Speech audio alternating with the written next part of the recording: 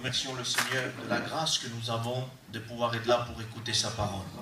De pouvoir être là pour que le Christ puisse nous renseigner sur nos vies, parce que le but de nos réunions, peuple de Dieu, c'est bien que Dieu puisse agir.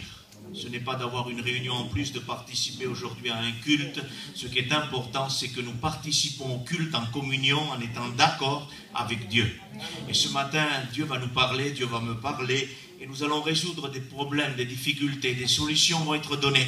L'évangile, c'est ça. L'évangile de la solution, c'est celui qui est capable de me donner une solution. Et j'aimerais que nous continuions ce matin à pouvoir aujourd'hui ne plus citer ce que le diable peut faire, mais aujourd'hui, nous allons dépouiller. Nous allons rentrer sur le territoire même du diable et nous allons l'enlever, nous allons le mettre hors état de nuire. Nous allons le ramener dans son lieu. Nous allons le dépouiller. Et la dépouille se fait à Golgotha. Aujourd'hui, on ne va pas s'amuser à citer des actions. Nous n'allons pas nous amuser aujourd'hui à faire un beau message. Nous avons besoin ce matin de dépouiller la puissance de Dieu. Ce que nous avons besoin ce matin, plus qu'autre chose, c'est une démonstration d'esprit et de puissance. Et c'est ce que nous avons besoin. Le diable a peur de la démonstration de l'esprit et de la puissance. Il n'a pas peur d'un grand ou d'un beau message. Il a peur de la démonstration de l'esprit, de la puissance. Et il va y avoir démonstration de la part de Dieu ce matin. On n'est pas là pour faire du cinéma. Nous sommes là pour vivre la réalité de ce que nous sommes, du temps que nous vivons. Et nous avons besoin que Dieu nous bénisse. On va demander au frère responsable Pacheco qui prie le Seigneur pour nous tous et nous écoutons Dieu nous parler. Tu sais que c'est le cœur de tous les frères et de toutes les sœurs. C'est ensemble que nous voulons te prier maintenant. S'il te plaît. Seigneur, nous avons besoin de ton message, mais de la révélation du besoin pour l'Église. Te prions de moins ton serviteur comme tu l'as fait, tu vas le faire encore. Te remercions. Bénis-le dans le nom de Jésus. Amen. Merci Jésus. Que Dieu soit béni et que Dieu soit glorifié. Nous avons vu hier qu'il y avait dans le livre d'Ézéchiel une écriture qui nous a interpellés parce que nous nous sommes laissés interpeller. Vous pouvez lire ce passage de l'écriture dans les temps derniers où nous sommes et ne pas vous laisser interpeller. Mais quand on se laisse interpeller par Dieu, quand on se laisse interpeller par la portée prophétique de la parole de Dieu, alors nous sommes en train de recevoir de la parole de Dieu des révélations qui appartiennent à notre vie et qui nous révèlent le plan du diable. Parce qu'Ézéchiel va recevoir, comme je te l'ai dit hier, un message pénible à transmettre. Il va déclarer un état de siège pour l'Église de Dieu. Et hier soir, avec tout le respect et la liberté que j'ai parmi vous, j'ai déclaré un état de siège pour l'Église d'ici. Je m'excuse d'être ouvert et libre avec vous ce matin, mais c'était ce que Dieu m'a demandé de faire. Je te l'ai dit hier, je te le redis ce matin. Dieu m'avait réveillé en pleine nuit et il m'a dit, tu déclareras un état de siège. C'était difficile, mais je l'ai fait pour pouvoir obéir à Dieu. Et j'aimerais ce matin que nous continuions maintenant ce matin, mais que nous ne nous arrêtons pas sur l'état de siège. Comme a dit le frère ancien, l'état de siège, c'est une église qui n'avance plus, une église qui est arrêtée, une église qui ne prospère plus. Et le frère a dit un mot qui me poursuit depuis hier. Il a dit, j'écoute beaucoup de personnes qui disent, nous voulons que ça change, nous voulons que ça change, nous voulons que ça change. Je veux que ça change. On a besoin de ça. Nous allons rentrer dans un temps aujourd'hui où tout doit changer, où la parole de Dieu doit revenir. Et je pensais à cela dans mon cœur. Si nous voulons que ça change, peuple de Dieu, il faut que nous changeons. Ne nous bornons pas à écouter. Il faut que nous changeons pour que tout change. J'ai dit cela il y a à peu près un mois de cela. Les gens disaient comment faire pour améliorer ci, pour améliorer ça, pour faire ci. Et puis j'ai dit ça, et j'aimerais te le dire ce matin. J'ai dit, pour que notre mission avance mieux, pour que nos réunions avancent mieux, pour que nos églises avancent mieux, nous avons besoin premièrement chacun pour sa part de revenir devant Dieu. Ce n'est plus tous, notre église, nos frères, nos sœurs, non. Il faut parler tout seul maintenant. Dans le sens, tu vas le comprendre, c'est qu'on a besoin de tous, serviteurs comme chrétiens, de revenir tous devant Dieu, chacun pour sa part. Et après, nos églises s'amélioreront, nous aurons du résultat, nous aurons un avancement. Un frère m'a dit, tu ne peux pas dire ça, c'est impossible, tu te rends compte du scandale que ça ferait, qu'importe le scandale que ça peut faire. Nous avons besoin, serviteurs comme chrétiens, de revenir personnellement, ne plus parler du pluriel de l'Église. Parce qu'aujourd'hui, on arrive à croire que parce que 2 ou 3 sont spirituels, tous peuvent être imprégnés de cette spiritualité-là. Nous avons besoin aujourd'hui, chacun pour sa part. Moi tout seul, toi tout seul, revenons devant Dieu. Et après, nous serons unis par l'amour fraternel de Dieu. Ça se fera tout seul. Mais on va au sens inverse. On met l'amour fraternel, ça c'est l'église de Philadelphie. On met l'amour fraternel en premier et on oublie la communion et l'intimité avec Dieu. L'église de Philadelphie, on ne parle pas de ça, je parenthèse juste et nous allons continuer. L'église de Philadelphie, en apparence, n'a aucune reproche. Beaucoup de commentateurs, beaucoup de personnes disent c'est la seule église qui n'a pas de reproche. J'aimerais te dire qu'il y a le plus grand reproche qu'il peut y avoir, c'est dans Philadelphie. Le Seigneur est en train de dévoiler un amour fraternel qui couvre tout, qui accepte tout, et qu'il y a au milieu de Philadelphie des personnes qui se disent juifs et qui ne le sont pas. Et nous avons besoin plus que jamais que nous quittons cet amour fraternel humain et que nous ayons l'intimité avec Jésus et qui après permettra cet amour fraternel véritable. Que Dieu puisse nous bénir ce matin. Nous avons dit hier un état de siège. Nous avons vu que le diable était en train autour d'une église et on le prend comme ça, on ne prend plus le peuple d'Israël parce que c'est compliqué, c'est long et puis on n'a pas le temps. Nous avons besoin de venir à la réalité.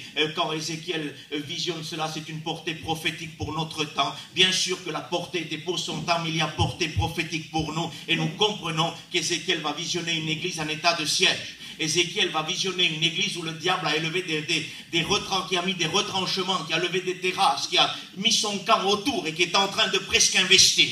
Et j'aimerais ce matin que nous comprenions maintenant, Dieu nous a réveillés. Dieu a éveillé notre conscience. Et les personnes qui veulent se réveiller sont là ce matin. Il y en a quelques-unes qui ne sont pas là parce qu'ils n'ont pas voulu se réveiller. On n'a pas besoin de s'occuper de celui qui ne veut pas se réveiller. Nous sommes ici pour se réveiller. Vous comprenez? Parce que ce qui est important de comprendre, c'est pas d'écouter. Le frère m'a jugé. J'ai rien jugé, moi. Dieu m'a dit, tu es en état de siège, je te le dis. Ça ne prospère plus depuis des années. C'est bloqué, ça n'avance plus. Il n'y a plus d'avancement spirituel. Qu'est-ce que je dois faire, frères et sœurs? T'annoncer ce matin, ta vie est une merveille en Dieu. Ta vie prospère. Tu es riche. Non. Excuse-moi de la liberté ce matin. Amen. Tu es dans un état de siège. Amen. Tu ne prospères plus depuis plusieurs années. Et j'aimerais que nous sortons de cela ce matin. J'aimerais que Dieu permette cela. Ézéchiel va visionner un état d'église siégée. Il n'y a plus le pouvoir de s'en sortir. Il n'y a plus la possibilité de s'en sortir. Peuple de Dieu. Il faut plus que de l'action des hommes dans le temps où nous vivons maintenant. Il faut l'action de l'Esprit de Dieu. Il y a eu un temps où, en étant homme, en étant inspiré, en étant, si vous voulez, dans la Bible, on pouvait agir. Mais nous sommes allés trop loin. Nous nous sommes laissés assiéger. L'État est dans le siège. On ne bouge plus, on est bloqué. L'ennemi a mis le camp autour. Il a fait des terrasses. Il est prêt à investir. Il est prêt à sauter dedans, dans la muraille.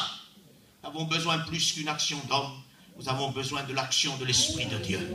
Nous avons besoin de revenir. Nous voulons maintenant, comme je te l'ai dit hier, Dieu le veut, je le fais. On a besoin de parler ce matin de l'appauvrissement de l'Église de Dieu.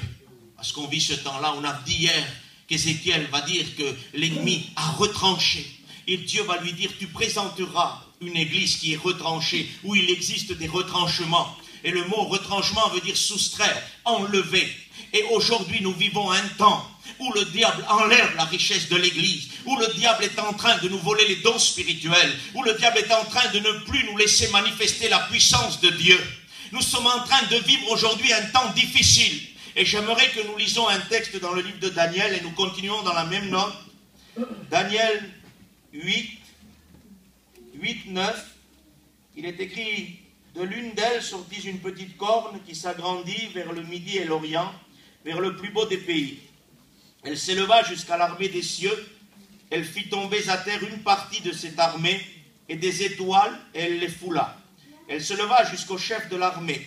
Il lui enleva le sacrifice perpétuel et renversa le lieu de son sanctuaire.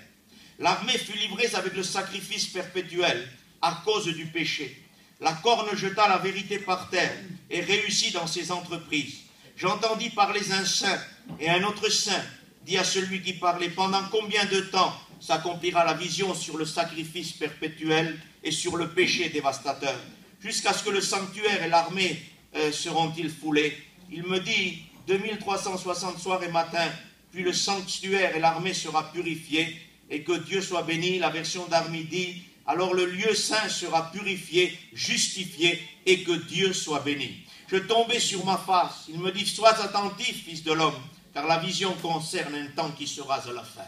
Et j'aimerais te dire que nous avons ici, et puis j'aimerais te le dire, je le sais comme toi, il n'y a pas de souci. Je sais que ce passage aujourd'hui peut nous représenter dans un temps qui sera manifesté dans le temps de la grande tribulation qui sévira. Mais j'aimerais te dire que la Bible nous permet un retrait spirituel, une inspiration spirituelle. Et j'aimerais que nous en tirons. Parce qu'écoutez-moi bien, les textes qui sont là, il y a des textes qui font partie de la grande tribulation, pourtant ils sont là, nous les connaissons et pourtant nous devons chercher une inspiration dedans pour le temps présent.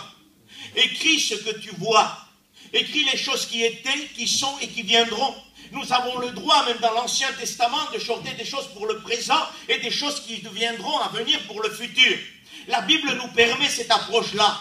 Et j'aimerais dans cette matinée tirer de ce verset-là, parce qu'il y en a beaucoup qui pourraient fermer leur cœur et dire, oui, non, mais le frère se trompe, c'est pour la grande tribulation. Laisse Dieu te parler spirituellement. Laisse le Saint-Esprit nous inspirer ce matin. Car il est parlé ici d'une petite corne qui n'est rien d'autre que la puissance du diable, qui est l'esprit de l'antichrist, qui est la malice du diable. Et cette petite corne va aller vers le plus beau des pays. Et tu sais ce que c'est le plus beau des pays dans la Bible? C'est l'Église du Seigneur. Et c'est le Christ qui habite en nous, établi dans un pays, là où la paix, la joie, là où coule le lait et le miel en abondance, que Dieu soit béni. C'est le plus beau des pays. Et la petite corne sort d'ici, sort du système, s'estrait pour ne pas être vue. Elle est citée comme petite corne, pour ne pas être remarquée. Par rapport à la bête qui est citée dans le livre de l'Apocalypse, une petite corne passe insignifiante. Et nous sommes capables de remarquer l'action grande du diable, mais nous ne sommes pas capables de voir l'œuvre dissimulée dans la petite corne que le diable manifeste. Nous pouvons voir une œuvre ouverte du diable. Mais est-ce que nous sommes capables de capter et de discerner la petite corne quand elle essaye d'agir? Parce que nous sommes ici devant un temps où la Bible me dit que la petite corne, aussi petite qu'elle paraît être, elle fait partie quand même de l'œuvre du diable. Ne l'oublions pas. Aussi petit que peut être l'action du diable, elle peut être redoutable. Et ne l'oublions pas.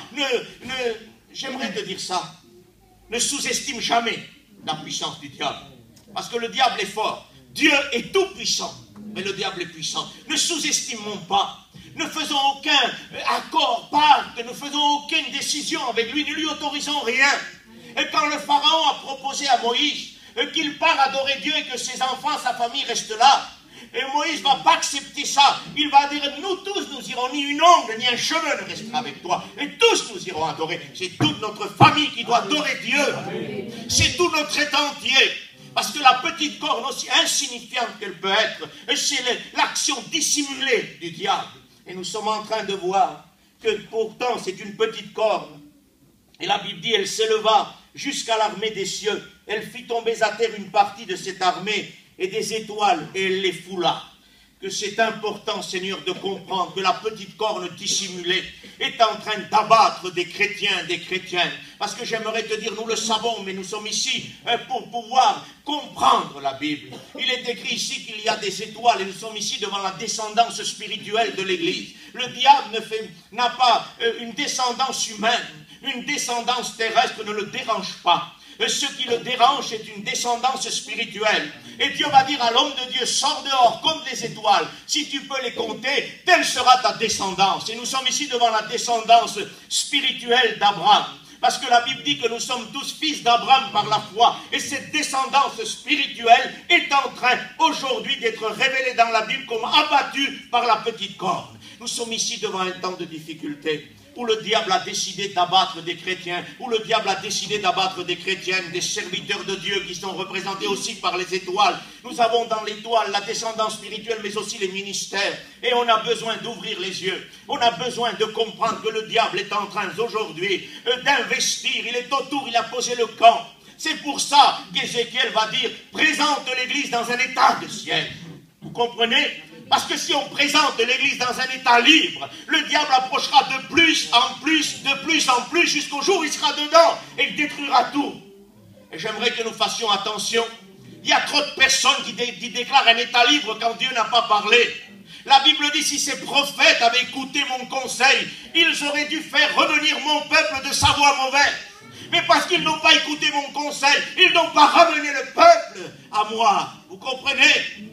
À qui la bouche de l'Éternel a parlé? Qu'il parle et qu'il nous dise. Et c'est ce que nous avons besoin, peuple de Dieu.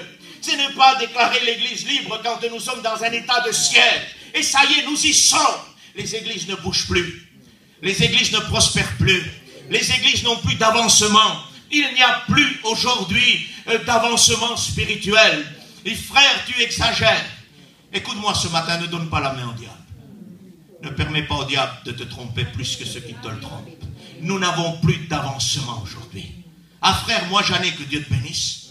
Moi j'aimerais te dire quelque chose. Je suis serviteur, je te prêche la parole de Dieu ce matin. Je dis à Dieu, Seigneur, je n'ai aucun avancement, je veux avancer avec toi. Je veux vivre la véritable œuvre de l'Esprit de Dieu. Je veux vivre le véritable avancement dans l'œuvre de Dieu. Parce qu'avancer sur 5 ans de 10% en Dieu, ça ne suffit pas. Excuse-moi. J'aimerais que nous le comprenions. Parce que le livre d'Hébreux dit, l'auteur du livre d'Hébreux va dire, ça fait longtemps que vous aurez dû être des maîtres. Et vous en êtes venus encore à avoir besoin du lait. Ça veut dire que ça fait longtemps, il dit. Ça va vite pour prospérer en Dieu. Vous comprenez? Et ça va trop doucement aujourd'hui. Il n'y a plus de prospération. On est bloqué. On n'avance plus. Les chrétiennes n'avancent plus. Les serviteurs de Dieu n'avancent plus. Excuse-moi d'être ouvert avec toi ce matin. Mais nous sommes obligés de révéler l'astuce diabolique pour un avancement de l'œuvre de Dieu. Sinon, si on dit, ah mais non, ah mais moi, non frère, excusez-moi, je m'appelle Fay, j'ai une carte de prédicateur, vie et lumière. C'est pas pour ça que le diable ne pourra pas me rouler. Vous comprenez? Parce que le diable ne fouille pas dans mon portefeuille pour chercher ma carte. Vous comprenez? Ça ne le dérange pas la carte. Ça ne le dérange pas du tout. Ce qui le dérange, c'est quand il y a l'onction. Quand il y a l'établissement de la part de Dieu. Et quand nous sommes riches en Dieu, riches spirituellement, parce qu'on écoute ici qu'il arrive à faire tomber. Et que c'est triste, Seigneur Jésus, de voir cela. Livre de l'Apocalypse, chapitre 12, elle parle un peu mieux que Daniel 9, mais c'est la même vision prophétique. Nous sommes en train, en chapitre 12, de voir une femme qui va donner naissance à un enfant. Pardonnez-moi, c'est purement spirituel. Elle va donner naissance à un enfant. Et le dragon se tient devant la femme pour dévorer cet enfant. Et il nous est dit que le dragon, avec sa queue, va entraîner le tiers des étoiles avec lui. Il y a, c'est vrai, une rébellion dans le ciel, mais il y a une rébellion aujourd'hui dans le temps de l'église, où le diable, avec sa queue, entraîne le tiers des étoiles. Nous perdons des chrétiennes, des serviteurs de Dieu. On en perd dans la course parce que le diable est en train d'entraîner. La tête, c'est le magistrat, dira Ésaïe 9. La queue, c'est le faux prophète. Le diable, aujourd'hui, avec l'action du faux, avec l'action de la séduction, est en train d'attirer le tiers avec lui. Et on perd des chrétiens et des chrétiennes. On perd de la foule aujourd'hui. Nos églises commencent à être assiégées. L'état de siège est déclaré. Il dit, Ézéchiel, surtout, Ézéchiel déclare au peuple qu'il est dans un état de siège. Et je lisais hier que c'est pas important, Seigneur. Il va dire, tu iras vers un peuple qui n'a pas un langage inintelligible. Tu iras vers la maison d'Israël, ceux qui me connaissent. Et tu ne vas pas vers un peuple qui ne me connaît pas. Si tu serais allé vers un peuple qui me connaît, il t'aurait écouté. Mais c'est la maison d'Israël qui ne t'écoutera pas parce qu'ils ne veulent pas m'écouter. Peuple de Dieu, obligatoire de dire la parole comme elle est écrite et ne pas la déformer. Dieu dit dans mon église, si j'enverrais des personnes vers des peuples étrangers, ils m'écouteraient. Mais c'est dans mon église qu'on ne veut plus m'écouter. Et nous vivons ce temps-là. Et nous allons à l'étranger où on ne connaît pas la parole de Dieu. Vous prêchez l'évangile, il y a des baptêmes du Saint-Esprit. Les gens se donnent à Dieu, il y a des conversions véritables. Il y a des choses extraordinaires. Vous venez dans les églises du Seigneur, bâties depuis des 20, 30, 40 ans. Et vous voyez qu'ils ne veulent plus écouter Dieu. Il va dire, déclare, qu'il t'écoute ou qu'elle ne t'écoute pas. Qu'il t'écoute ou qu'elle ne t'écoute pas, tu déclareras l'état de siège. C'est pour ça que je te disais que c'était pénible pour Ézéchiel, parce qu'il devait déclarer un état de siège et Dieu va lui dire, je vais te lier avec des cordes. Ça veut dire, on pourrait vite se lasser de pouvoir déclarer un état de siège quand les gens ne veulent pas l'accepter. on pourrait vouloir faire partie de ceux qui ne veulent pas accepter, plus que éviter le compromis, éviter les discordes, éviter les discussions et aller dans le même sens. Mais Dieu dit à Ézéchiel, je vais t'attacher du côté droit. Après, je te tournerai, je te mettrai sur le côté gauche. Mais que ça soit sur le côté droit ou côté gauche, de toute façon, tu dois déclarer l'état de siège. Vous comprenez, ça veut dire ça. Que ça soit pour Israël ou Juda, de toute façon, l'état de siège doit être déclaré. Que tu te tournes de ce côté ou de l'autre côté, tu devras quand même, dans ce que je te demande, déclarer l'état de siège. Alors nous avons besoin plus que jamais de ne pas perdre de temps. Parce que vous savez ce qui s'est passé. Est-ce qu'on a la liberté ce matin? Vous savez ce qui s'est passé? C'est qu'avec les années qui sont passées, Dieu, dans la liberté que nous avons, ne nous a pas attachés comme à Ézéchiel. Nous a demandé de déclarer des états de siège. Mais non, nous n'avons pas déclaré état de siège. Nous avons dit que tout va bien. Nous avons dit que tout va bien. C'est pour ça qu'Ézéchiel, Dieu va lui dire, écoute Ézéchiel, maintenant, j'ai peur que tu fasses comme tous les autres. Excusez-moi d'être réaliste avec la Bible, mais Ézéchiel va écouter ça, j'ai peur que tu fasses comme tous les autres. Que je leur ai envoyé déclarer un état de siège depuis des années dans mes églises, ils ont dit que tout va bien. Jérémie dira, ils disent que tout va bien quand tout va mal. Jusqu'à quand, peuple du Seigneur, nous dirions que tout va bien quand tout va mal? Tout va mal, peuple de Dieu. Ça ne marche pas. L'église n'avance pas. L'église ne prospère pas. Je ne suis pas dans une vision négative, non. Je suis obligé de le faire comme Dieu l'a demandé à Ézéchiel. Je suis obligé de te le dire. L'église est dans un état de siège, tout va mal. Il n'y a rien qui va. On veut faire que tout va. Mais en réalité, Dieu aurait dû nous bloquer depuis longtemps d'un côté ou de l'autre, mais de toute façon déclarer l'état de siège. Nous sommes arrivés aujourd'hui à être assiégés. Nous n'avons plus la possibilité que Dieu établisse des hommes de Dieu. Amen. Qui vont déclarer l'état de siège. Amen. Du côté droit ou gauche, que Dieu nous lie, comme je disais hier, que Dieu nous lie. Amen. Dans notre vie avec Dieu. Que nous déclarons la vérité, rien d'autre. Parce que la Bible nous dit, et c'est important, que le dragon va entraîner le tiers des étoiles avec lui et il fait un dégât. J'aimerais te dire que le diable est le maître de l'appauvrissement. Le diable veut appauvrir nos églises, le diable veut appauvrir nos chrétiens, nos chrétiennes et nos serviteurs de Dieu. Il y en a souvent qui ne voudraient pas écouter ça. On ne peut pas faire autrement. On ne peut pas dire que tout va bien dans le corps pastoral, ça ne va pas bien. Excusez-moi ce matin. On ne peut pas jouer la comédie. On ne joue pas la comédie avec Dieu. Il y a des choses qui ne tournent pas rond. Il y a des choses qui ne vont pas dans les chrétiens. Il y a des choses qui ne vont pas dans le corps pastoral. Nous avons besoin de sortir de l'état de siège. Nous avons besoin de s'en sortir. Nous avons besoin non pas de se cacher la face parce qu'on a honte. Mais que vont dire les gens depuis tant d'années? Et que va dire Dieu quand il viendra nous chercher? N'aie point honte du témoignage à rendre pour Jésus. N'aie pas honte du témoignage à rendre pour Jésus. Ne rougis pas, tu comprends quelque part. Si déjà ici, quelqu'un qui ne rend pas témoignage à Jésus peut rougir, qu'est-ce que sera le jour où nous verrons Jésus? Vous comprenez? Purifions-nous, comme dira le livre de Jean, afin que quand nous le verrons, nous ayons de l'assurance, parce que nos cœurs sont purifiés. Vous comprenez? J'ai besoin, comme toi, que Dieu me parle. J'ai besoin de comprendre que le dragon est en train aujourd'hui, avec sa queue, d'entraîner le tiers des étoiles des cieux. L'appauvrissement des églises du Seigneur est aujourd'hui en train de se voir devant nos yeux. Et nous acceptons ça. Nous légitimons cela. Il n'y a plus de dons spirituels. Il n'y a plus de manifestation de l'Esprit de Dieu comme dans le livre des Actes des Apôtres. Actes des Apôtres n'est pas fini. Actes des Apôtres continue. Le livre des Actes est toujours d'actualité. Mais nous avons clôturé le livre des Actes. Parce qu'on ne veut pas aujourd'hui se mettre devant Dieu et venir à la réalité. Mais le livre des Actes est toujours d'actualité. Dieu est toujours celui qui veut le continuer. Aujourd'hui, il y a quelques manifestations de temps en temps. Et le diable est en train d'appauvrir. Nous avons besoin de reprendre nos dons spirituels. Nous avons besoin de s'enrichir.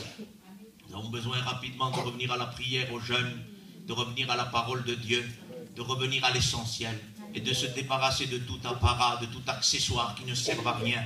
Faisons l'essentiel, laissons Dieu se manifester, ne faisons pas de l'apparat de l'accessoire. L'accessoire ne sert à rien. L'accessoire est là pour accessoiriser, mais l'essentiel est là pour donner l'essentiel de la vie de Dieu.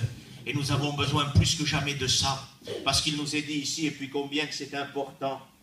Elle s'éleva jusqu'au chef de l'armée, la petite corne. Mais comment se fait-il? Le chef de l'armée, c'est quand même Jésus. Et on est en train d'écouter ici qu'elle arrive à s'élever jusqu'à Jésus. Elle arrive à s'élever jusqu'à l'armée.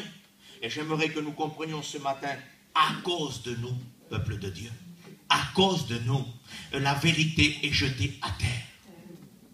Il est dit comme ça dans le livre de Romains. À cause de vous, le nom de Dieu est blasphémé parmi les païens. C'est quand même clair. Hein? Vous comprenez, il y en a d'autres qui chercheraient peut-être une autre version pour essayer de détourner ça. Pas besoin d'essayer de trouver une autre version. C'est très clair. Le frère Jimmy, notre président, vous savez ce qu'il a dit un jour? Il a dit, ne cherchez pas une révélation quand elle est déjà révélée.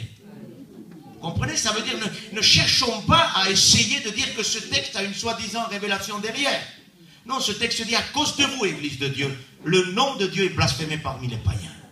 À cause de ce que nous vivons parfois. À cause de ce que nous donnons l'autorisation aux gens de blasphémer le nom de chrétien, de blasphémer le nom de Dieu. C'est ça les chrétiens, c'est ça les chrétiennes. C'est eux qui se disent servir Dieu.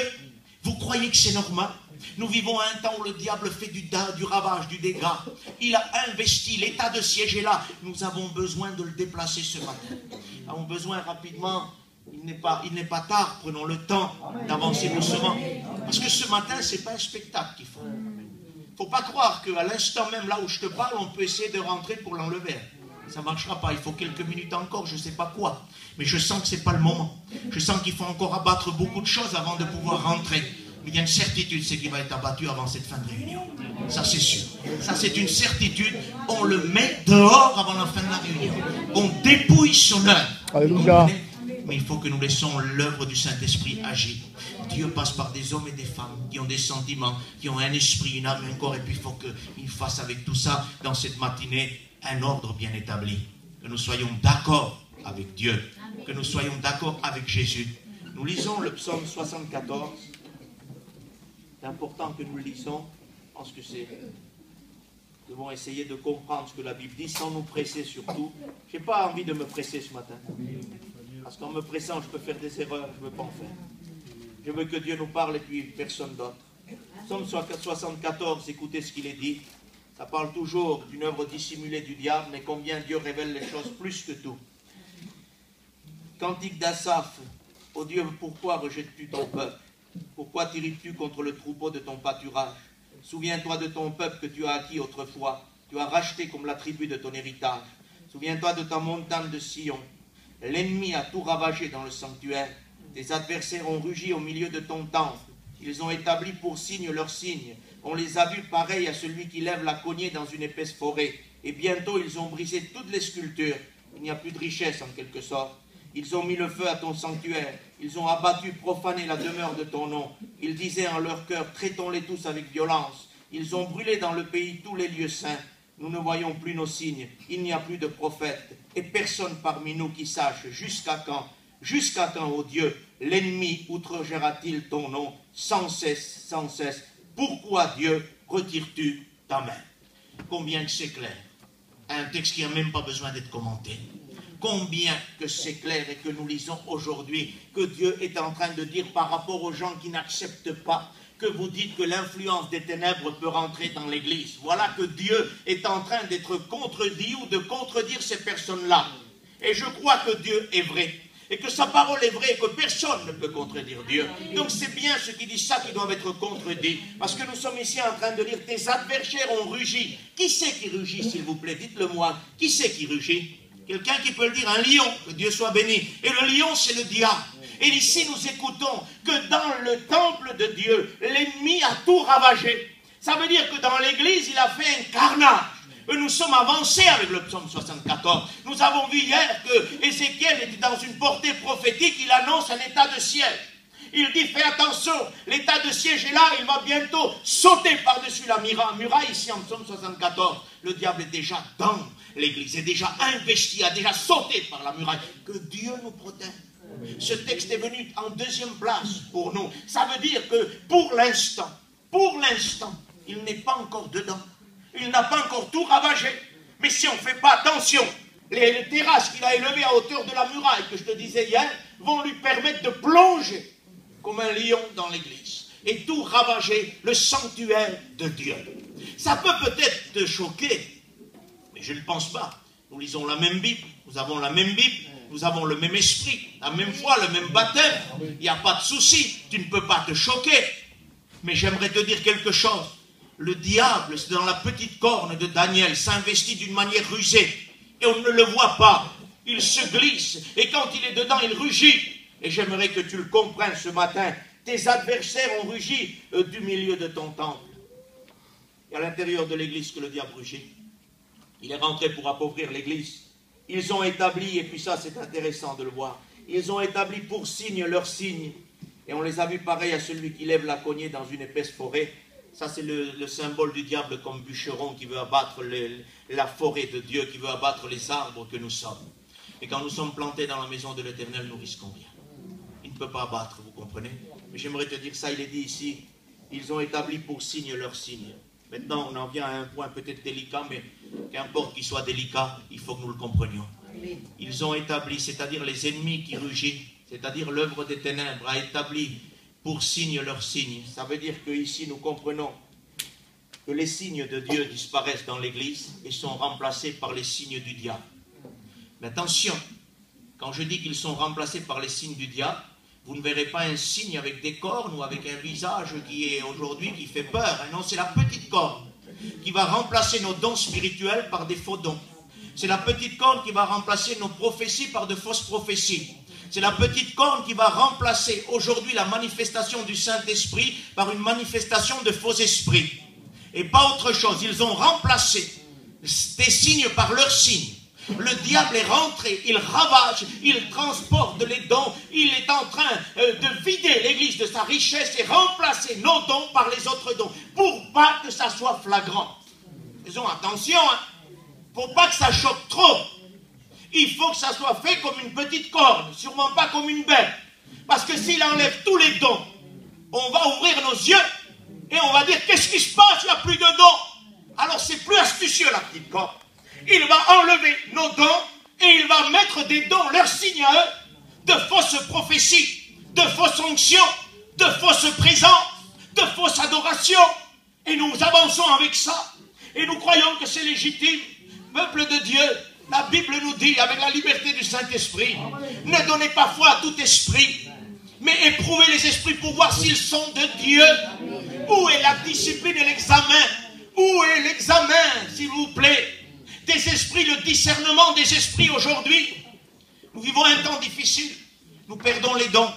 Et quand je dis que nous perdons les dons, nous perdons aussi le don de discernement des esprits, qui nous permet de capter immédiatement, pas parce qu'on est un homme intelligent, parce que j'aimerais te dire quelque chose. Pour capter un mauvais esprit qui se fait passer pour l'esprit de Dieu, tu n'as pas besoin d'un grand cerveau. Tu as besoin que Dieu te revêtisse du don de discernement des esprits et qu'à l'instant même, l'onction qui est la véritable que nous avons reçue fait un déclenchement, un culte dans notre cœur et qui nous dit, éprouve cela car cela ne vient pas de Dieu. C'est simple, hein? Vous n'êtes pas un surhomme, hein, parce que vous avez discerné quelque chose.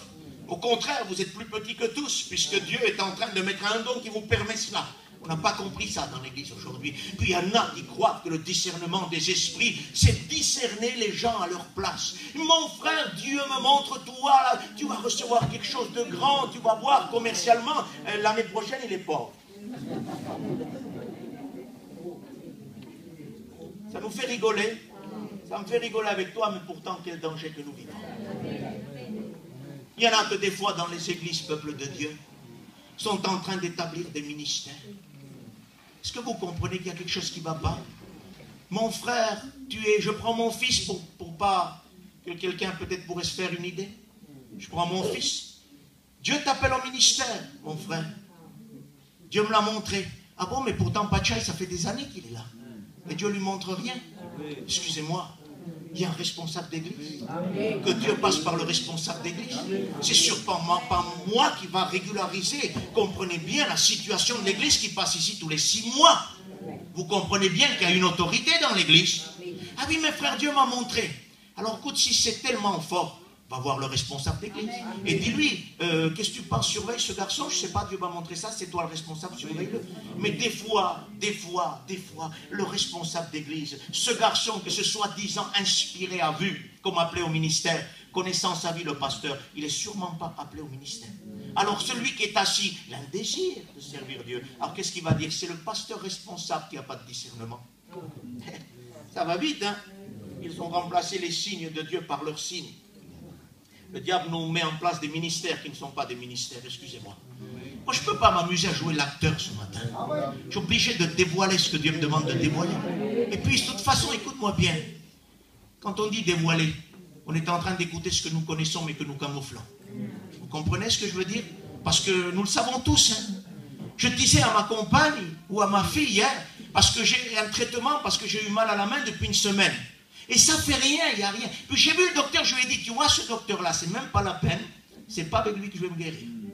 Elle me dit, mais non, attends, c'est un docteur. Je dis, oui, c'est un docteur, d'accord. Et puis hier, j'ai dit à mon fils ou à ma fille, je ne sais pas, je dis, écoute, ce docteur-là est comme beaucoup de prédicateurs. Non, ont juste une licence pour exercer, mais ils ne sont pas capables de guérir. Écoute-moi bien, il y a des prédicateurs qui ne sont pas capables de guérir. Hein. Et pourquoi ils ne guérissent pas? Parce qu'ils n'utilisent pas la saine doctrine. Parce qu'on dit saine doctrine, ça veut dire l'écriture qui guérit. C'est sain. On ne guérit pas parce qu'on n'utilise pas l'écriture. Vous comprenez? Aujourd'hui, le diable nous établit des ministères, des soi-disant ministères. Le diable a ses ministères. Le diable a ses chrétiens qui sont faux, qui ne sont pas vrais. Le diable a ses synagogues, le diable a ses enseignements. Et nous avons besoin de l'écouter. Ils ont remplacé leurs signes par ses signes à lui. Aujourd'hui, nos signes sont remplacés par des copies. Et nous acceptons la copie. Aujourd'hui, parfois, écoutez-moi bien, il y a quelqu'un qui a un véritable don de prophétie. Comme même que nous avons un don de prophétie, Dieu passe par des humains. Il y a parfois une intonation qui laisse passer une imperfection, une petite erreur dans ce que nous disons. Les gens disent, ah, t'as vu? Il n'est pas inspiré. Ça m'arrive de me tromper dans la prédication. Ça arrive à plusieurs frères de se tromper dans la prédication. Ce n'est pas parce que la prédication n'est pas inspirée, c'est parce que Dieu passe par des hommes. Et ce n'est pas du parfait. Vous comprenez? Quand nous connaîtrons comme nous avons connu, dira Paul, alors ce qui est passager disparaîtra et le parfait viendra. Ça veut dire que là on sera parfait. Et puis des fois il y a des prophéties. Alors là, on dirait que c'est planifié. Je m'excuse, hein. Il n'y a pas de souci. Dieu peut donner un don qui se fait dans la perfection. Mais aussi faisons attention, ne regardons pas et ne validons pas le don parce qu'il est dit sans erreur. Vous comprenez? On dirait que c'est une poésie récitée. Écoutez, faisons attention. La prophétie doit être contrôlée par la Bible. Pas par l'action humaine, pas par la décision humaine, pas par ce que nous comprenons. Nous devons contrôler les prophéties par la Bible. J'ai vu un jour, on était jeunes chrétiens avec ma compagne. Dans la prophétie, puis je te le dis parce que ça illustre bien, hein, quand le diable remplace nos dons par des faux dons. Il y a une sœur qui a prophétisé. Il y en a une autre qui a commencé à prophétiser derrière. Et vous savez ce qu'elle disait, la deuxième? Tais-toi, Dieu ne parle pas de ta bouche à toi, il parle de ma bouche à moi. Puis il a commencé à régler les comptes. Attention, n'ajoutez pas foi à tout esprit. Faites attention, parce qu'il ne faut pas exagérer quand même. Vous comprenez? Attendez, est-ce que vous croyez que Dieu parle comme ça? Est-ce que vous croyez que Dieu va se tromper? Il va d'abord parler par une sœur, et puis la deuxième va dire, tais-toi, parce que Dieu parle par ma bouche, pas ta bouche à toi. Et on règle les comptes, et puis on se suffit de ça. Écoutez, arrêtons, aujourd'hui, il y a des signes qui ont été remplacés. Les dons spirituels ont disparu au profit de faux dons. Écoutez, il y a des parlers en langue aujourd'hui qui ne correspondent pas à la Bible. Je suis désolé de rentrer dans ce sujet-là, mais Dieu le veut. Écoutez, il y a des parlers en langue qui manifestent des bruits d'animaux. Excusez-moi, j'en viens à une réalité ce matin. Dieu ne parle pas avec des animaux. Dieu parle avec des hommes et des femmes. Celui qui parle en langue parle à Dieu. Et on n'a pas besoin qu'à Dieu, c'est un animal qui s'adresse. On a besoin que ça soit une langue que nous ne comprenions pas. Mais comme dit la Bible, celui qui parle en langue doit procurer une grâce à celui qui l'écoute. Aujourd'hui, il y a des parlers en langue qui, vous qui êtes chrétiens, si vous n'êtes pas préparés, vous sursautez. Excusez-moi, il faut régler tout ça parmi nous maintenant. Il faut que tout ça parmi nous soit réglé par la parole de Dieu. Parce que le don véritable du parler en langue, la manifestation de ce que les Écritures appellent la glossolalie, communique une grâce. Ce n'est pas n'importe quoi, ce ne sont pas des cris, des émotions. C'est une langue qu'on ne connaît pas, que Dieu seul connaît. Et on s'adresse à Dieu. Écoutez, quand on voit un président ou un homme d'un rang social élevé, on ne sait pas comment parler. pour être bien, on utilise des mots spéciaux. Éventuellement, progressivement. Un dialecte qu'on ne connaît pas, parce que c'est un homme important. Et pour parler à Dieu, vous croyez qu'on peut parler n'importe comment? Vous croyez qu'on peut s'adresser à Dieu n'importe comment? Vous savez pourquoi Dieu nous a donné la glossolalie, le parler en langue? C'est pour que nous ayons une langue spirituelle que le diable ne comprend pas. Et le diable est en train de remplacer la glossolalie par des choses qui ne sont plus véritables, afin qu'il n'y ait pas dans l'église communication avec le ciel. Parce que celui qui parle en langue parle à Dieu. Vous comprenez? Et aujourd'hui, on a besoin plus que jamais de parler à Dieu. Parce que quand on s'adresse à Dieu par le parler en langue, par la glossolalie, alors là, nous sommes sûrs que ce que je demande à Dieu, ou ce que je rends comme louange à Dieu, c'est voulu de Dieu. Parce que c'est le Saint-Esprit qui va manifester cette prière-là. Et le livre de Romains va dire, quand nous ne savons plus ce qu'il convient de demander dans nos prières, le Saint-Esprit intercède par des soupirs inexprimables, c'est-à-dire par le parler en langue, où il n'y a plus de limitation, où là il y a un fleuve d'eau de la vie qui va jusqu'au trône de Dieu et qui est en train de glorifier Dieu. Et le diable ne comprend pas ce que nous disons. Parce que le diable peut seulement écouter ce que nous disons, ne peut pas lire notre pensée, heureusement. Il peut écouter quand nous parlons, quand nous prions. Et il y a certaines prières que Dieu vous empêche de formuler. Vous avez dans votre cœur un feu, Seigneur, si je la formule, elle est accomplie, il faut le faire, Seigneur. Oui, mais Dieu dit non. Laisse-moi faire par le Saint-Esprit. Tu vas la formuler, mais avec l'action de la glossolalie, et le diable ne la comprendra pas. Et au moins, je pourrai agir sans qu'il sache ce que je vais faire. Parce que souvent, le diable ne sait rien de lui-même, il se renseigne auprès de ceux qui dévoilent le plan du Seigneur. Écoutez, j'aimerais te dire quelque chose. Ne révèle jamais le plan de Dieu. Ne révèle jamais le message de Dieu. C'est important. Il y en a trop qui disent, qu'est-ce que tu vas prêcher demain? Qu'est-ce que tu vas prêcher dimanche? Je ne sais pas, Dieu verra bien. Comprenez, ne dévoilons pas ce que Dieu veut faire. Parce qu'il y a une chose qu'il y a dans la vie. Il dit que 2 boxeurs avant le combat vont regarder l'autre qui boxe sur la télé pour apprendre les coups est faible, où c'est qu'il est faible, où c'est qu'il est fort, et pour apprendre à le connaître. Et si nous révélons l'œuvre de Dieu, il apprendra à connaître plus que ce qu'il en sait. Parce qu'il y a un mystère caché dans l'église de Dieu et nous ne devons pas le dévoiler. Il est dit comme cela, ils ont établi pour signe leur signe. Où sont nos dons? J'aimerais que nous venions à la réalité. Le diable a appauvri, il n'y a plus de dons spirituels.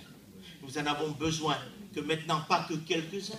Parce qu'il y en a qui pourraient sortir dans cette matinée et dire, le frère, si tu vois comme il a exagéré, il a dit qu'il n'y a plus de dons. Mais ce n'est pas qu'il n'y a plus de dons, c'est qu'aujourd'hui, c'est quelques dons. Mais ça ne suffit pas. Excuse-moi, ça ne suffit pas. Dans l'église est riche. L'église est dans l'abondance et les bénédictions de Dieu sont remplies dans le grenier de Dieu. Ce n'est pas que quelques dons. Il faut que nous recevons des dons renouvelés par Dieu. Renouvelle le don que tu as reçu par l'imposition des mains des anciens, dira Paul à Timothée. Mais aujourd'hui, il semblerait que si on demande un renouvellement, on a honte. Mais Paul n'a pas eu honte à dire à Timothée, Timothée, renouvelle le don qui est en toi parce qu'il est en train de s'éteindre. Il faut que la flamme reprenne. Et il faut qu'on reprenne les dons dans notre vie. Il faut que notre vie s'enrichisse, Église de Dieu. L'état de siège, c'est ça. Il n'y a plus de dons, il n'y a plus de manifestation des dons. On vit dans un état lamentable. L'état de siège est là. Le diable a retranché. Il est dit comme cela. Nous ne voyons plus nos signes. Quand même pas moi qui le dis. Je n'aurais pas osé dire ça, comprenez-le. Mais c'est la Bible qui parle là. Pas besoin de commenter. Nous ne voyons plus nos signes. Où sont nos signes spirituels? Je vous le demande ce matin. Où ils sont? Il n'y en a plus, c'est fini. Il faut s'arrêter de dire que tout va bien quand tout va mal. Il faut dire, Seigneur, tout va mal. Aide-nous, secours-nous, s'il te plaît. Réveille-nous, fais-nous sortir de cet état de ciel. Il n'y a plus de prophètes. Vous savez ce que c'est ça? On a du mal à retrouver des ministères. Pardonnez-moi. Il n'y a plus de signes, mais il n'y a plus de ministères. Quelques ministères qui s'élèvent. Quelques ministères s'élèvent. Sont remplis d'orgueil. Ils en font qu'à leur tête. Ils font ce qu'ils veulent. Ils ne sont même pas dirigés par Dieu. Ils travaillent dans le ministère avec de l'orgueil. Comment peut-on croire que Dieu peut nous accepter avec de l'orgueil quand Dieu a chassé le diable du ciel parce qu'il était orgueilleux? Il faut s'arrêter maintenant. Vous comprenez? Il y a des ministères que Dieu, quand il établit, ça nous donne une richesse pour l'Église. Nous avons besoin de ce que Dieu nous donne, rien de plus. Nous n'avons pas besoin d'avoir beaucoup de ministères. Nous avons besoin d'avoir les ministères que Dieu a établis. Ça suffit bien, il ne faut pas plus. Il n'y a plus de prophètes. Ça veut dire que même les ministères disparaissent du milieu de nous. Quelques ministères subsistent, que Dieu les bénisse. Mais il y a plusieurs personnes qui s'élèvent aujourd'hui. Et ils s'élèvent selon l'homme, selon leur pensée, selon la pensée et selon les signes, excusez-moi, des ouvriers. Que Paul dira, ce sont des ouvriers de Satan. Faisons attention, l'Écriture est là pour nous renseigner. Alléluia. Un ministère doit être conforme à la Bible, un chrétien doit être conforme à la Bible. S'il ne l'est pas, il faut rectifier. S'il ne veut pas rectifier, c'est qu'il est ouvrier de Satan. Il ne faut pas aller plus loin que la Bible. Celui qui ne demeure pas dans cette doctrine n'a pas Dieu. N'allez pas plus loin. Ne la raccourcissez pas. Si je suis dans une désobéissance, que vous voulez me reprendre, je me rectifie, Dieu soit béni. Mais si je persévère, je suis ouvrier de Satan. Je ne peux pas dire autrement. Attendez, on ne peut pas exagérer maintenant. On ne peut pas s'amuser. Parce qu'il y a quelque chose qui est dangereux. C'est que pour propager quelque chose, des enseignements, des signes qui ne sont pas nos signes, il n'y a pas meilleure place qu'une estrade. On doit faire attention. Parce qu'il y a des âmes faibles, dit la Bible. Il y a des âmes faibles et qui ne peuvent pas discerner. Et s'il faut justement aujourd'hui ne pas permettre qu'on puisse leur transmettre n'importe quoi, du dessus de l'estrade. Vous comprenez? On a besoin plus que jamais de discerner. On a besoin de discerner. Ce n'est pas celui qui parle qui a un ministère. Ne vous y trompez pas. C'est celui que Dieu a établi. C'est celui que Dieu a appelé. C'est celui que Dieu va renseigner. Et c'est sûrement pas un homme extraordinaire. C'est sûrement justement le plus petit des hommes. Mais Dieu s'en sert parce que quand un homme s'humilie, Dieu se manifeste. Et que Dieu soit béni. Faisons attention. Il n'y a plus de prophètes. Et personne parmi nous qui sache. Jusqu'à quand? Peuple de Dieu. Peuple du Seigneur. Il n'y a plus personne parmi nous qui sache. Jusqu'à quand? J'aimerais vous le demander ce matin, me le demander. Jusqu'à quand? Jusqu'à quand laisserons-nous le diable mépriser Dieu? Jusqu'à quand laisserons-nous cet état de choses aller dans ce sens-là? Il n'y a plus personne qui sache. Laissons à Dieu nous susciter des hommes qui sachent. Des hommes qui ont été établis par Dieu et qui sont capables de nous amener la vérité, que nous puissions la pratiquer. Il n'y a plus personne qui sache. La Bible dit que celui à qui la bouche de l'Éternel a parlé, qu'il se lève et qu'il le dise. Celui à qui la bouche de l'Éternel a parlé. Et qu'il comprenne, qu'il le dise ce qui se passe. C'est écrit dans la Bible. Et j'aimerais que Dieu nous donne des hommes qui comprennent. Non pas avec leur intelligence, ça ne sert à rien, mais avec leur cœur. Jusqu'à quand, ô Dieu, l'oppresseur outragera-t-il? Et j'aimerais que ce jusqu'à quand reste dans ton cœur. Jusqu'à quand l'ennemi arrivera-t-il à outrager Dieu? Jusqu'à quand nous serons sans solution? Jusqu'à quand nous n'arriverons pas à trouver la solution? Jusqu'à quand on fera un inventaire sans solutionner? Jusqu'à quand? Dieu nous le demande dans le psaume. Jusqu'à quand? L'homme de Dieu a été le cri de son cœur. Et le cri dans l'église doit être ça. Et non pas tout va bien quand tout va mal. Mais jusqu'à quand, ô Dieu, permettras-tu que ces choses arrivent? Viens nous secourir. Il n'y a plus personne qui sache. Il n'y a plus de solution.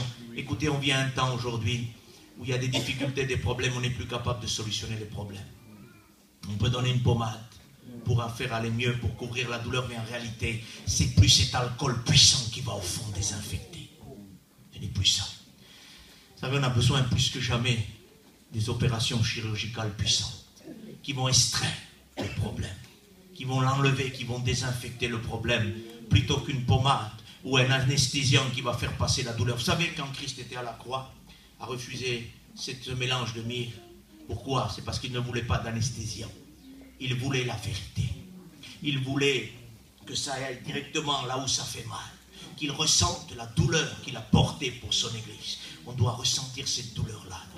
On n'a pas besoin que dans nos églises, on nous tende de la myrrhe. Refusons-la comme Jésus. Et disions non, c'est la volonté du Père qui compte. J'ai tout accompli, Seigneur. C'est ça. Il y a trop d'églises qui fournissent des anesthésiants pour la douleur, qui couvrent tout. Et on a oublié que le Maître a refusé cela. Avant de mourir sur cette croix, c'était la solution qui allait mieux pour le Jésus humain qui était là. Est-ce que vous comprenez? C'était la solution qui allait lui faciliter. Ne cherchons pas la facilité dans les églises. Cherchons la véritable parole de Dieu qui nous bénit. Et rien d'autre que ça. Parce que le diable est en train de nous appauvrir. Et j'aimerais que nous lisons Pachaï quelques instants, puis je vais prier le Seigneur. En Jérémie 51, il est écrit comme cela. Nebuchadnezzar, roi de Babylone, m'a dévoré, il m'a détruit. Il a fait de moi un vase vide, tel un dragon, il m'a englouti. Il a rempli son ventre de ce que j'avais de précieux et il m'a chassé. À ce qu'ils arrivent. Babylone, le roi qui est là de Babylone, c'est le diable. Il m'a dévoré, m'a détruit, il a fait de moi un vase vide. Ça, c'est l'église. Nous sommes appelés des vases, mais là, nous sommes un vase vide. Le diable a détruit, il a rempli son ventre de ce que j'avais de précieux, il m'a chassé. Vous comprenez? Et combien sont aujourd'hui que le diable a vidé de toute don spirituel, de toute richesse spirituelle? On est vide de la présence de Dieu à cause du roi de Babylone qui m'a dévoré. Et celui qui dévore, c'est le dragon de chapitre 12 du livre de l'Apocalypse qui dévore l'église. Et le diable n'accepte plus, ne veut plus aujourd'hui. C'est pour ça que nous ne lui donnons pas la possibilité. Il ne veut plus qu'il y ait des nouvelles naissances dans l'église. Il ne veut plus qu'il y ait une véritable naissance dans l'église, parce que quand il se tient devant la femme qui est prête à donner naissance à une vie spirituelle, il veut dévorer la vie qui va naître. Le diable a peur des nouvelles naissances dans nos églises. C'est pour ça qu'il va remplacer ces signes par nos signes. Il va remplacer les véritables nouvelles naissances par de fausses naissances spirituelles. Il va produire des baptêmes qui ne sont faits sans naissance spirituelle. Il va produire des baptêmes qui ne seront pas faits parce que la personne a cru et qui a été changée. Il n'y a pas de nouvelle naissance, il y a des baptêmes. Il n'y a pas d'appel au ministère. Et ce sont les gens qui se font appeler. Et ça, c'est dangereux. Parce que le diable remplace l'appel au ministère par l'homme qui s'appelle. Parce qu'il y en a qui disent, frère, je suis appelé à ça. Si tu es appelé à ça, tant qu'on t'appelle, reste assis. Parce que si tu es appelé à ça, on va sûrement t'appeler. Mais il y en a qui s'appellent tout seuls. Ils n'ont pas la patience d'attendre. Quand il faut attendre un an pour aller aux études, mais combien il faut attendre un an? Attendez, le ministère ne se résume pas à un an. Il y a des frères de 40 ans de ministère, ils vous disent qu'ils sont encore à l'école de Dieu. Et puis il y en a qui croient que dans un an, ça y est, on dirait que si vous les avez permis qu'ils démarrent tout de suite, ça va avoir un bouleversement. Ah oui, un bouleversement, mais dans quel côté? Attention, on dirait que si vous les lâchez là, on dirait qu'ils sont là, si vous les lâchez, alors là, ils rétablissent tout. Faites attention à celui qu'on croit tenir, et celui qu'on dirait que si on le lâche, va tout rétablir, parce qu'il va tout détruire. Mais dites très attention, écoutez, ne croyons pas pouvoir faire plus que nos anciens. J'aimerais qu'on comprenne ce matin, surtout la Bible nous dit, ne déplacez pas les bornes anciens. Qu'on ne s'imagine pas, qu'on s'imagine surtout pas qu'on va faire plus que nos anciens. Parce que ça ne marchera pas. Jamais de la vie. Jamais de la vie. Nous avons tous besoin les uns des autres. Nous avons besoin de nos anciens. Nos anciens ont besoin de nous. Nous avons tous besoin des autres. J'ai besoin de vous, vous avez besoin de moi. Et tous ensemble, nous arriverons à glorifier Dieu. Mais faisons très attention. C'est très dangereux. Il a fait de moi un vase vide, il a tout dévoré. L'état d'église, c'est ça. État de siège. Nous sommes en train de voir cette corde qui est là, cette petite corde qui est en train de tout détruire. Et j'aimerais maintenant, ne pas m'étaler plus que ça sur la corde, parce qu'il faut maintenant que nous arrivons à finir. Il faut que nous comprenions que ce matin, il faut quelque chose de véritable. Quelque chose qui va se faire. Quelque chose qui va être établi. Vous comprenez, on ne veut pas ce que écouter. Ça sert à rien, excuse-moi, ça ne sert à rien d'écouter si on ne pratique pas. Si on se borne à écouter, on sera borné. On arrivera à être borné. Borné, on n'écoutera que notre intention, que notre pensée, que notre intelligence, et ça ne marchera pas. J'aimerais que nous comprenions ce matin. Le roi de Babylone a fait de moi un vase vide, il a dévoré ce que j'avais de précieux. Mais quand vous continuez les versets, j'ai plus le temps de lire maintenant, quand vous continuez les versets, 2 ou 3 versets plus loin, il est écrit, j'arracherai de sa bouche ce que le roi de Babylone a avalé. Ça veut dire que c'est Dieu qui veut aller juste dans la bouche du diable, arracher tout ce qu'il nous a volé. Vous comprenez? Il veut arracher de la bouche du diable tout ce qu'il a sorti de l'église. Et j'aimerais que Dieu arrache de sa bouche dans cette matinée. Parce qu'il y a un examen prophétique dans les Ézéchiel 38. Il est dit, fils de l'homme, porte tes regards maintenant vers Gog dans un pays de Magog. Et j'aimerais que quelques minutes avant de prier, pour pouvoir dépouiller le diable ce matin, arriver à rentrer dans son pays. Parce que le pays de Gog, dans un pays de Magog, c'est le territoire du diable. Et nous avons plus que le droit. Nous ne lui demandons aucune autorisation à partir de la croix pour rentrer dans le pays de Magog et pour le dépouiller. J'aimerais te dire quelque chose. Pour rentrer dans le pays de Magog, il ne faut pas avoir un beau discours. Il ne faut pas avoir un beau vêtement. Il faut avoir été revêtu de la puissance de Dieu. Il faut avoir reçu la nouvelle naissance. Parce qu'on ne rentre pas dans le pays de Magog, qui est le pays du diable, avec des belles paroles, avec un beau message, un beau témoignage, une belle chanson. Pas du tout. Nous rentrons avec une autorité investie par le Christ. Et ce matin, nous allons rentrer pour le dépouiller. Fils de l'homme, porte tes regards vers Gog. En matière de démonologie, Gog et Magog sont des appellations du diable. On ne va pas rentrer là-dedans, mais pour juste te sécuriser, que tu comprennes que Gog et Magog sont des appellations d'un mouvement diabolique.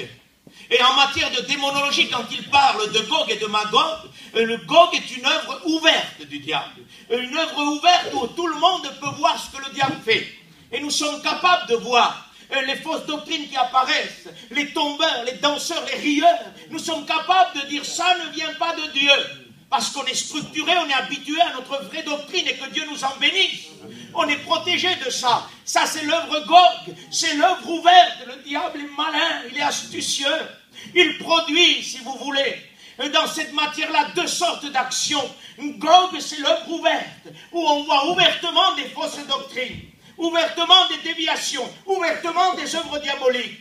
Mais il y a Magog. Gog veut dire ouvert, œuvre ouverte. Sans toiture, c'est-à-dire tout le monde peut voir ce qui se passe. Mais Magog, quand vous prenez Magog, Magog c'est œuvre dissimulée, œuvre cachée, ayant pour synonyme copie, imitation.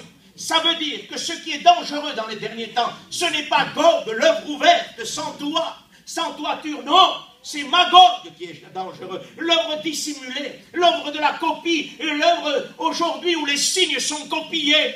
L'œuvre aujourd'hui où les signes sont remplacés, l'œuvre aujourd'hui où le diable est rentré pour remplacer. C'est ça qui nous intéresse. Et Dieu va lui dire, Ézéchiel, fixe tes regards. Fixe vers tes regards vers Gog dans un pays de Magog.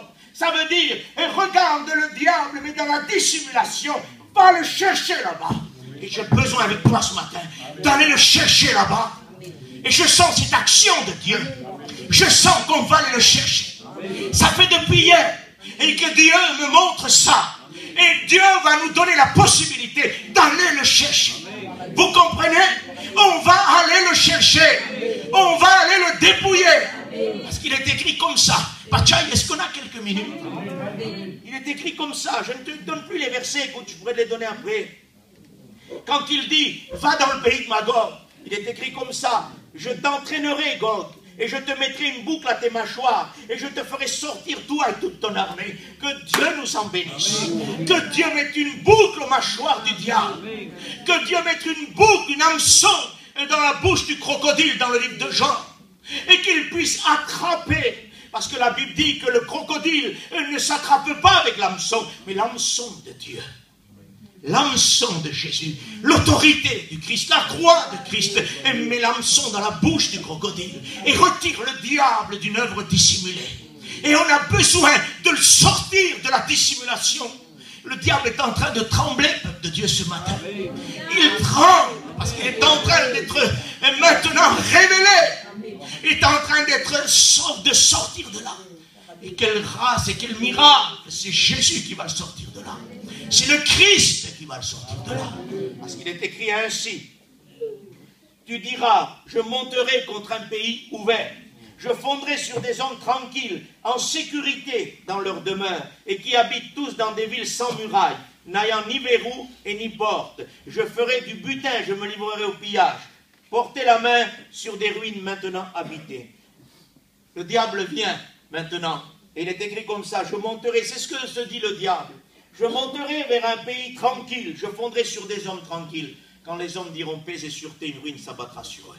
Nous vivons un temps de fausse sécurité, un temps où aujourd'hui les églises disent paix et sûreté, une ruine s'abattra sur eux. Le diable attend ce moment-là où les églises vont se mettre dans une fausse paix, dans une fausse sécurité. Et là, il dit, je fondrai sur eux. Ça, c'est Dieu qui nous révèle, vous comprenez?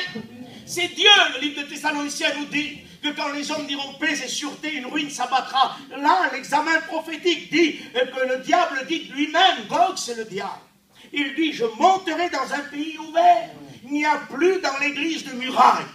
Excusez-moi, il n'y a plus de murailles, peuple de Dieu. La muraille est tombée. C'est un pays tranquille. Le diable rentre, il sort, il agit. Pourtant, on devrait avoir une muraille. Que Dieu puisse nous en protéger. Je fonderai sur des hommes qui sont en sécurité. Fausse sécurité, sors d'une fausse sécurité, mon frère, ma soeur. Viens à la réalité, ne dis pas que tout va bien quand tout va mal. Parce que nous serons là dans une fausse sécurité. Et le diable rentrera tranquillement.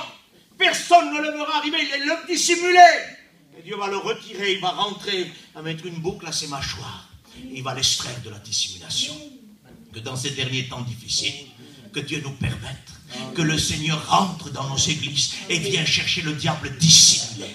Sans parler de possession et pour pas qu'il y ait déformation de ce que je dis. Il n'y a pas de possession possible dans l'église, mais il y a influence.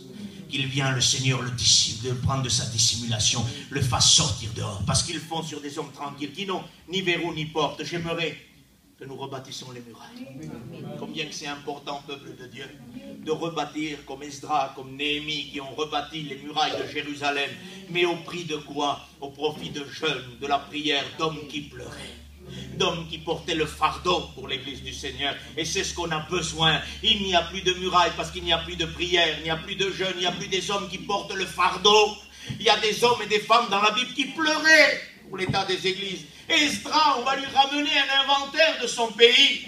Et quand il va écouter ce qui se passe, il va tomber, pleurer dans le jeûne. Et puis là, des hommes inspirés de Dieu vont dire, lève-toi, Esdras, cette affaire te regarde. Levons-nous. Cette affaire nous regarde. Je t'en supplie. Parce que cette affaire nous regarde pour reconstruire la muraille. Il faut revenir au jeûne. Il faut revenir à la prière. Nous avons laissé les murailles tomber. Parce que la prière et le jeûne nous permettent de rebâtir les murailles de Jérusalem. Parce qu'Esdras, Néhémie c'est pareil. Néhémie n'était pas un surhomme, Esdras n'était pas un surhomme, c'était des hommes qui portaient le fardeau de l'église de Dieu. Et parce qu'ils pleuraient pour l'État, on vient ramener à Néhémie l'État de Jérusalem. Il tombe là, et dans le jeûne, il tombe dans la prière. L'État de Jérusalem est scandaleux, ce peuple de Dieu. Si nous disons ouvertement que tout va bien dans l'église, le diable rentrera tranquillement. Vous comprenez? Mais qu'on a dit non pas des belles paroles à Néhémie, à Esdras. On a dit Esdras, on a dit la vérité, on a dit Néhémie, Jérusalem c'est terminé. Il n'y a plus que des ruines. Disons ouvertement à Dieu, l'église, c'est terminé. Si tu agis pas, ce sera que des ruines qui resteront. Laissons Dieu agir, je t'en supplie. Arrêtons de dire que tout va bien, sinon on ne pourra pas reconstruire. Nous n'aurons aucun verrou. Nous n'aurons plus aucune clé. Le diable rentrera tranquillement à cause de nous, à cause de toi, à cause de moi. Ouvrons nos yeux ce matin. Dieu va ôter la puissance dissimulée du diable. Et on va se réveiller ce matin. L'état de siège va disparaître. Tu sais pourquoi Dieu t'a déclaré un état de siège? C'est pour te mettre devant l'évidence de ce que tu es. Et pour que tu le laisses rentrer ce matin. Pour enlever l'œuvre dissimulée. Ça fait trop d'années que ça dure. Tu es dans un état de siège depuis plusieurs années. Il est ce matin, pour toi, pour moi, un jour de grâce. Que Dieu nous bénisse. Est-ce pour piller que tu as rassemblé ta multitude, pour emporter de l'argent et de l'or, et pour prendre des troupeaux?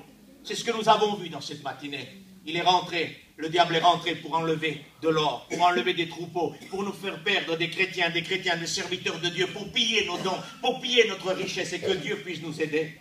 Que Dieu puisse nous aider. Dieu va dire comme cela, en ce jour-là où Gog marchera contre la terre d'Israël, écoutez bien ce qu'il est dit. Le jour où Gog marchera contre la terre d'Israël, dit le Seigneur, la fureur me montera dans les narines, je le déclare dans ma jalousie, dans le feu de ma colère. En ce jour, il y aura un grand tumulte dans le pays de Magog. Ça veut dire que Dieu, aujourd'hui, est, si tu veux, quelque part, enragé contre le diable. Le feu de ma colère, ma jalousie, Dieu ne partage pas son Église. Dieu, dans le feu de sa colère, dans le feu de sa jalousie, va déclarer un tumulte pour l'œuvre des ténèbres. Et il va exécuter une dépouille puissante. Dieu, dans le feu de sa colère, va mettre dehors l'œuvre du diable dissimulée. Que Dieu nous fasse grâce ce matin. Dans le feu de ta colère, Seigneur. Ta colère n'est pas pour l'église de Jésus. Tu ne nous as pas destinés à la colère, mais à la possession du royaume par la gloire de Jésus. On n'est pas destinés à la colère, nous, mais le diable est destiné à la colère de Dieu.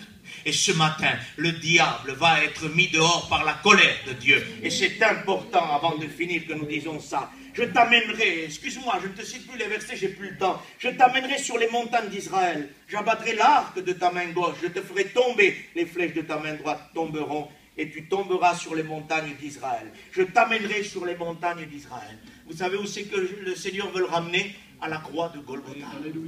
Parce que les églises ont libéré le diable. Involontairement ou volontairement, mais nous avons libéré le diable. Nous avons fait tomber les murailles. Nous avons laissé rentrer, à cause que nous vivons aujourd'hui dans un temps de tranquillité, nous sommes en train de perdre la vie spirituelle et nous sommes en train de libérer. Et puis Dieu va dire maintenant, je vais rentrer. Parce qu'écoutez-moi bien, il y en a qui formulent du haut des estrades ou du haut de leur orgueil. Le diable ne peut rien contre nous, mais en vérité, le diable a fait d'eux déjà ses esclaves depuis bien longtemps. Vous comprenez? Attention, il ne faut pas juste déclarer. Le diable ne peut rien contre nous. Il faut l'abattre. Il faut le traîner, il faut le ramener sur la montagne. Il y en a trop qui nous dispensent ça et qui nous disent ça. Ils nous disent, le diable ne peut rien contre toi. Attention, attention, ne vous y trompez pas. Si c'est vrai, votre vie doit être riche.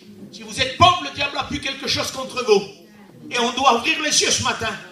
On doit pouvoir le mettre dehors. Parce que Dieu dit, j'abattrai, je t'amènerai sur la montagne d'Israël, j'abattrai l'arc qui est dans tes mains. La parole de Dieu nous dit que le bouclier de la foi nous protège contre les flèches enflammées du malin. C'est l'œuvre diabolique d'action du diable. Dieu va rentrer pour enlever cette dissimulation et nous protéger des flèches du diable. Il va l'abattre, mais il n'aura même plus l'arc, il n'aura plus rien. Et Dieu dit, je ferai tomber tes flèches de ta main droite, désarmées complètement. Que Dieu nous bénisse.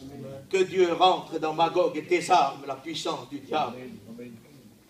Alors les habitants, et ça c'est pour toi et pour moi, et on va prier tout de suite après ça, quelques minutes. Alors les habitants des villes d'Israël sortiront, ils brûleront et livreront aux flammes les armes, les petits, les grands boucliers, les arcs, les flèches, les piques, les lances.